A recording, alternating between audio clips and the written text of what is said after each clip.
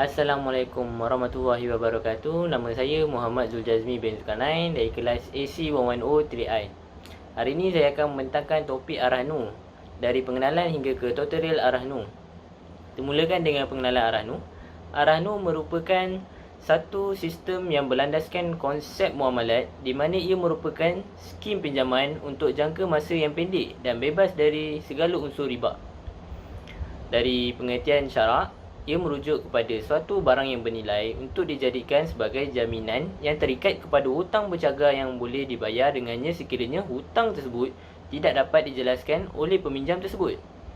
Dari segi definisi pula, ia bermaksud bagus dan berkekalan. Oleh yang demikian, keadaan yang bagus ataupun ia bermakna cagaran.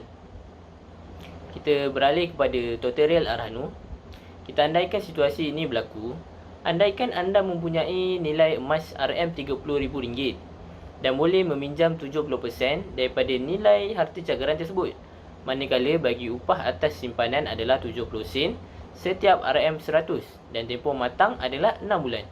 Pada ketika itu, kadar kenaikan emas adalah 10% selama 6 bulan tersebut. Maka, dengan barang gadaian tersebut yang berharga RM30,000, anda akan mendapat pinjaman sebanyak 70% iaitu RM21,000. Bagi upah atas simpanan pula adalah RM1,260 bagi 6 bulan.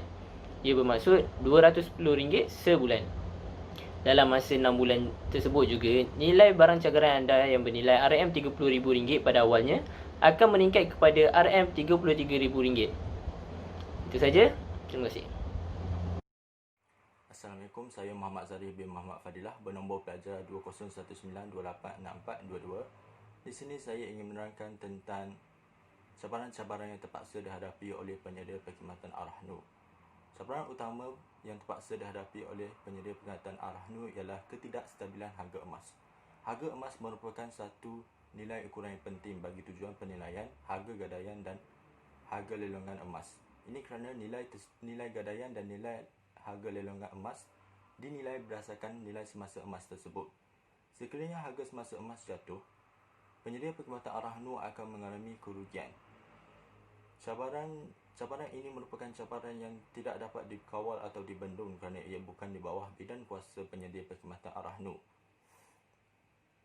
Ketidakstabilan harga emas ini disebabkan oleh dua faktor utama, iaitu turun naik nilai mata wang US dollar dan turun naik nilai mata wang ringgit Malaysia berbanding US dollar.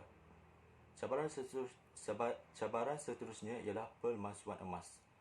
Pemalsuan emas merupakan cabaran kedua tertinggi yang dilakukan oleh penyedia perkhidmatan arah nu.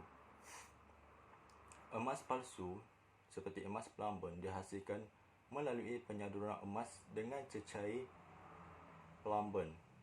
Emas palsu ini amatlah susah untuk dikesan kerana ia memerlukan teknologi terkini untuk mengesan emas palsu ini dan teknologi itu memerlukan kos yang tinggi untuk memilikinya. Emas ini tersebar banyak disebabkan sedikit pemalsuan emas yang menggunakan modus operandi dengan mengupah penduduk setempat atau penduduk sekeliling untuk melakukan gadaian emas palsu di mana-mana pusat arah nu berdekatan dengan mereka. Selepas transaksi gadaian selesai, mereka akan mengutip wan gadaian itu dengan penduduk tempatan atau penduduk setempat yang diupah oleh mereka. Assalamualaikum warahmatullahi wabarakatuh. Nama saya Muhammad Zainuddin dan kali ini saya akan membincangkan tentang isu-isu dan cabaran-cabaran yang dialami oleh perekonomian arah nu. Isu pertama yang dialami bagi perekonomian arah nu ialah terdapat operasi yang tidak mematuhi syariah. Mesyuarat yang telah diadakan pada 25 Jun 2019 dan juga 31 Julai 2019 oleh Majlis Penasihat Syariah Bank Negara Malaysia telah memutuskan bahawa struktur semasa operasi produk arah nu di Malaysia yang ditawarkan oleh Institut Kewangan Islam berasaskan gabungan kontrak cagaran, pinjaman, simpanan dan upah simpan tidak mematuhi keperluan syariah. Hal ini adalah kerana upah tanpa faedah itu pada asalnya adalah harus, namun begitu apabila digabungkan dengan upah simpanan, ia terdedah kepada elemen pinjaman yang menjana manfaat ataupun pinjaman yang digabungkan dengan urusan jual beli. Seterusnya, Isu ketidakcukupan modal pusingan.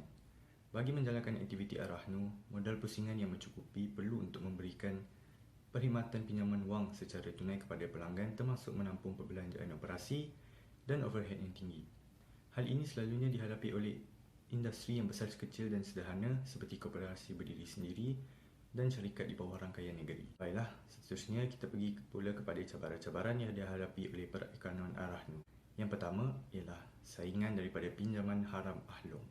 Hal ini adalah kerana pinjaman yang diberi oleh Ahlong tidak memerlukan gadaian dan peminjam boleh mendapat wang secara terus tanpa perlu menunggu masa yang lama. Walaupun peminjam mempunyai emas yang boleh digadai, mereka masih sanggup meminjam daripada Ahlong kerana kemudahan dan ketinggian amount yang boleh dipinjam pada satu masa.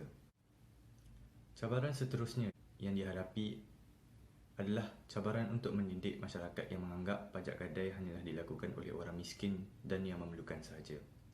Masih ramai lagi dalam kalangan masyarakat yang beranggapan bahawa hanya orang yang betul-betul miskin atau sudah terdesak dan memerlukan wang sahaja yang akan melakukan pajak gadai emas mereka. Assalamualaikum, nama saya Muhammad Zafar Bezwa dari AC1103I. Sekarang saya akan membentangkan mengenai isu dan cabaran perekonomian Arahnu. Yang pertama sekali, ketidakseimbangan operasi Arahnu. Ketidakseragaman operasi kita boleh bagi pada 5 elemen, iaitu isu prosedur pengendali lindungan, isu berkaitan polisi penerimaan mahun, upah simpanan dan proses waktu berlaku kehilangan surat klien. Dan kaedah pengiraan cas upah simpan ditentukan oleh margin pinjaman institusi antara 50% hingga 70% dari amount mahun. Kadar cas upah simpanan antara institusi berbeza, antara kos daripada 65% hingga 70% bagi setiap RM1 nilaian mahun, manakala tempoh matang ditentukan mengikut kiraan secara harian atau bulanan. Sambungan itu dapatlah dimaklumkan bahawa kadar cas yang dikenakan ini memberi kelebihan kepada penggadai sekiranya institusi Arahnu mengenakan cas berdasarkan kaedah setiap RM100 nilai mahun lebih rendah. Dan seterusnya ialah cabaran sistem perekonomian Arahnu. Cabarannya ialah memastikan ketulusan tadbir urus dalam sistem Arahnu. Hal ini kerana kebanyakan pelabur yang melabur atau penyumbang dana akan menyasarkan kepada tujuan sumbangan. Mereka akan dapat mencapai kepada yang tahap yang dikehendaki mereka. Malah pengurusan organisasi juga mampu mencapai kepada tahap optimum.